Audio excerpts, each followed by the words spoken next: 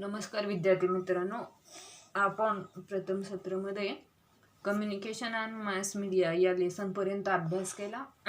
आज आपण नवीन लेसन चालू करतोय, द एन्व्हायरमेंट अँड अस, पर्यावरण आणि आपण.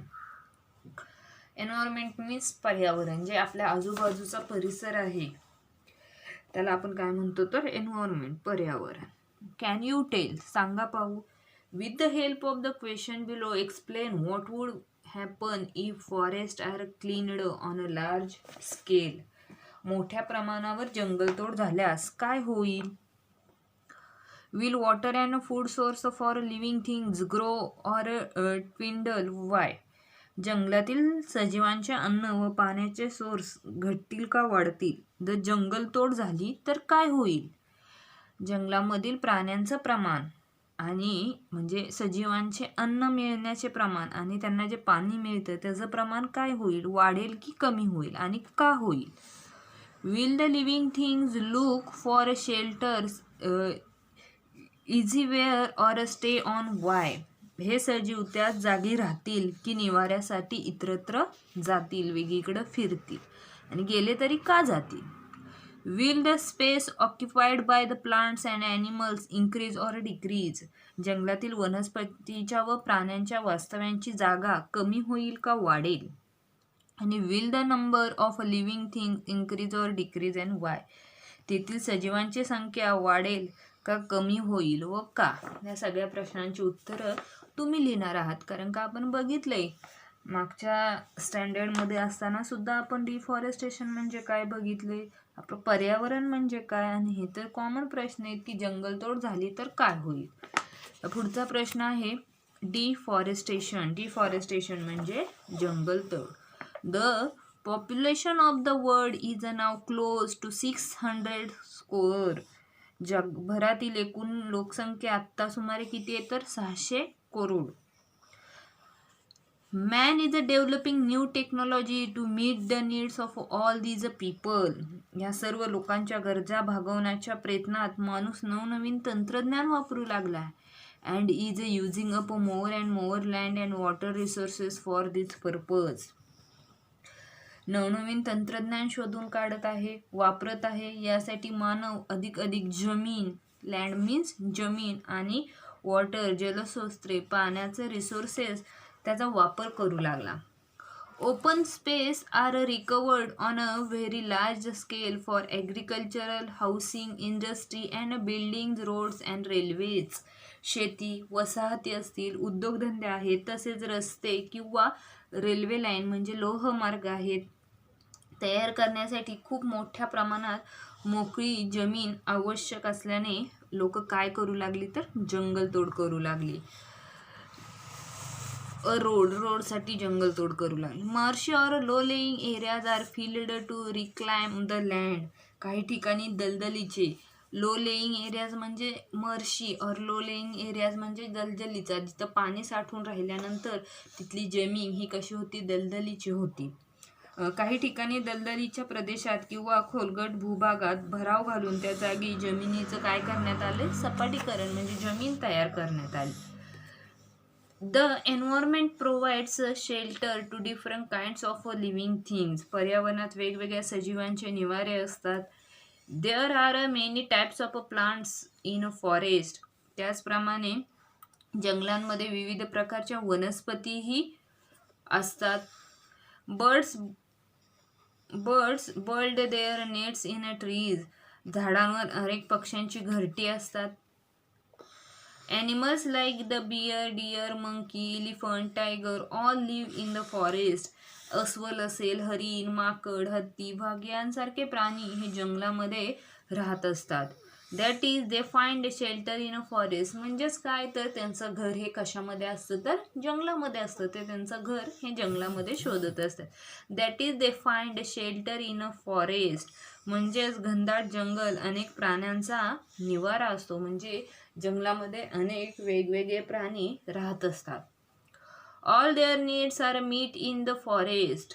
जंगलातच त्यांच्या गरजांची पूर्तताही होत असते. If forest are reduce biodiversity is also depleted. म्हणजेच काय तर जंगले कमी झाली की तेथील जैवविविधतेचा ह्रास होतो. म्हणजे बायोडायव्हर्सिटी म्हणजे काय तर जैवविविधता. जैवविविधता म्हणजे काय तर जिथं की ज्या फॉरेस्टमध्ये जंगलतोड होऊ लागल्यानंतर तिथे प्राण्यांचा जे प्राणी आहेत त्यांचं राहणीमान कमी होऊ लागतं. This is a biodiversity is also depleted. तिथली बायोडायव्हर्सिटी जैवविविधतेचा तिथला काय होतो, ऱ्हास होतो. Use our brain power. तुमचं जर आपण डोके चालून बघू. If a dam is a built at a particular place. एखाद्या ठिकाणी धरण बांधले गेले. What changes will be seen in the environment. तर त्या पर्यावरणात कोणते बदल होते. एखाद्या जंगलामध्ये पाण्याची सोय आहे, जंगल आहे, खूप मोठं आहे आणि तिथं खूप मोठं पाणी पण आहे, तर त्या पाण्याचा वापर ते कशासाठी होईल. तिथल्या ॲनिमल्ससाठी होईल, तिथल्या ट्रीजसाठी झाडांसाठी होईल. वेगवेगळ्या प्रकारे तिथलं एन्व्हायरमेंटल काय होईल तर बदलेल. पर्यावरण ग्रीनरी निर्माण होईल आपल्या पर्यावरणामध्ये.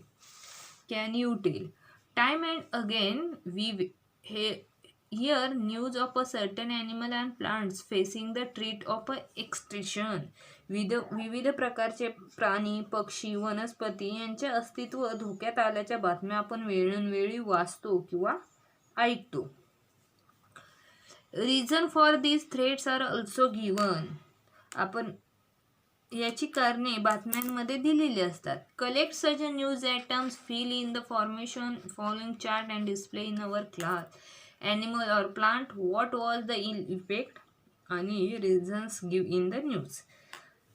कुठला प्राणी, पक्षी, वनस्पती यांचं नाव, त्यानंतर त्यावर कोणता दुष्परिणाम झाला आणि बातमीत दिलेले कारण. असे कमीत कमी 5 बातम्या तुम्ही पेपरमधून गोळा करून आपल्या EVSच्या नोटबुकमध्ये चिटकवा किंवा तुम्ही जो दिवाळीचा अभ्यास केला आहे त्यामध्ये चिटकवा. याला सेकंड टर्ममध्ये मार्क दिले जाणार आहेत. काय करायचं आहे तर पेपरमध्ये माहिती आलेली एखादा ॲनिमल असेल, एखादं वनस्पती असेल किंवा एखादा पक्षी असेल, जे काहीची इन्फॉर्मेशन तुम्हाला न्यूजपेपरमध्ये मिळेल त्याचं कलेक्ट करायचे आहेत. कमीत कमी 5 कात्रणं हवीत आपल्याला. त्याची नाव द्यायचं, त्याच्यावर कोणता इफेक्ट झाला आहे, त्याच्यावर कोणता दुष्परिणाम झाला आहे ते लिहायचं आणि त्याचं बातमीमध्ये काय रिझन दिलं आहे तुम्हाला की कशामुळे ते झालं. मग काही डिफॉरेस्टेशन आहे असेल, काहींना वॉटर उपलब्ध नसेल, तर काहींना लँडमध्ये राहायचं असेल, किंवा आता आपल्या गाड्यांचे व्हेकल्सचे जे एअर पोल्युशन होतं आहे ह्यामुळे सुद्धा ॲनिमलला त्रास होत असेल. अशी वेगवेगळी रिझन तुम्हाला त्या न्यूजपेपरमध्ये मिळतील. त्या न्यूजपेपरमधून त्याची रिझन द्यायच्यात आणि 5 कात्रणं तुम्ही करणार आहात. नेक्स्ट पॉईंट बघूया आपण. पोल्युशन. पोल्युशन म्हणजे तुम्हाला सगळ्यांना माहितीच आहे. पोल्युशन म्हणजे काय तर प्रदूषण, बरोबर. प्रदूषण. You have seen how water sources get polluted if waste water is let into them without processing. म्हणजे काय सांगितलंय त्यांनी तर आपलं सांडपाण्यावर आवश्यक त्या प्रक्रिया न करता ते जलस्रोतात सोडले तर ज्या नद्या आहेत त्या सुद्धा म्हणजे जलस्रोत सुद्धा काय होतात, प्रदूषण कसे होते हे तुम्ही बघितले. म्हणजे मोठमोठ्या फॅक्टरीजमधून येणारं पाणी असेल, मोठमोठ्या कंपनीजमधून येणारं पाणी आहे, जर ते पाणी जर आपण ते जे सांडपाणी आहे, जे ते खराब पाणी आहे ते पोल्युटेड नाही केलं, ते स्वच्छ नाही केलं, तसंच जर आपल्या पाण्यांमध्ये सोडलं तर आपलं पाणी काय होतं तर खराब होतं. Waste water flowing out from a factories in to the surrounding. आणि कारखान्यातून परिसरात सोडले जाणारे खराब पाणी. Waste water is also given out from factories into their surrounding. कारखान्यातून परिसरात सांडपाणी सोडले जाते. असे दूषित पाणी जमिनीत मुरले जाते. If water from such polluted sources keep soaking in to the soil. ते काय होतं, जमिनीमध्ये मुरलं जातं. The soil becomes infertile. आणि त्यामुळे काय होतं तर जमीन नापीक होते, जमीन काय होते, खराब होते. Waste water from factories enters water bodies. कारखान्यातून जलस्रोतात सोडले जाणारे हे खराब पाणी म्हणजे जे कारखान्यातून आलंय ते फिल्टर होऊन मग ते नदीपात्रामध्ये सोडलं जातं. Chemical fertilizers and pesticides are used on a large scale for agriculture. They seep into the soil or finally flow into rivers with rainwater. शेतीसाठी मोठ्या प्रमाणावर रासायनिक खते आणि कीटकनाशके वापरली जातात. ही रसायने मातीत जिरतात किंवा मातीत मुरली जातात व पावसाच्या पाण्याबरोबर वाहून शेवटी ते नदीमध्ये पोचले जातात. Due to several such reasons water and soil get polluted. This is dangerous for the plants and animal there. अशा अनेक कारणांनी पाण्याचे व मातीचे प्रदूषण घडत असते आणि यामुळेच याचा त्रास कोणाला होतो तर झाडांना आणि प्राण्यांना होत असतो. Their number reduce and eventually they die out altogether. That is, they become extinct. अशा सजीवांची संख्या कमी कमी होऊ लागते आणि सरते शेवटी तेथील अनेक सजीव हे नामशेष होतात, नाहीसे होतात. म्हणजे आज आपण काय बघितलं तर पोल्युशन बघितलं. या पोल्युशनमध्ये आपण काय बघितलं? Air pollution. एअर पोल्युशन कशामुळे होतं? त्यानंतर आपण बघितलं डिफॉरेस्टेशन. मग आजचा तुमच्यासाठीचा होमवर्क आहे कॅन यू टेल मधले 4 प्रश्न आणि त्यानंतर दुसऱ्या कॅन यू टेल मधला हा चार्ट तुम्ही 2 दिवसामध्ये कंप्लीट करा आणि त्याचे फोटो मला पाठवा, वहीमध्ये चिटकू. काही अडचण असल्यास विचारा. थँक्यू.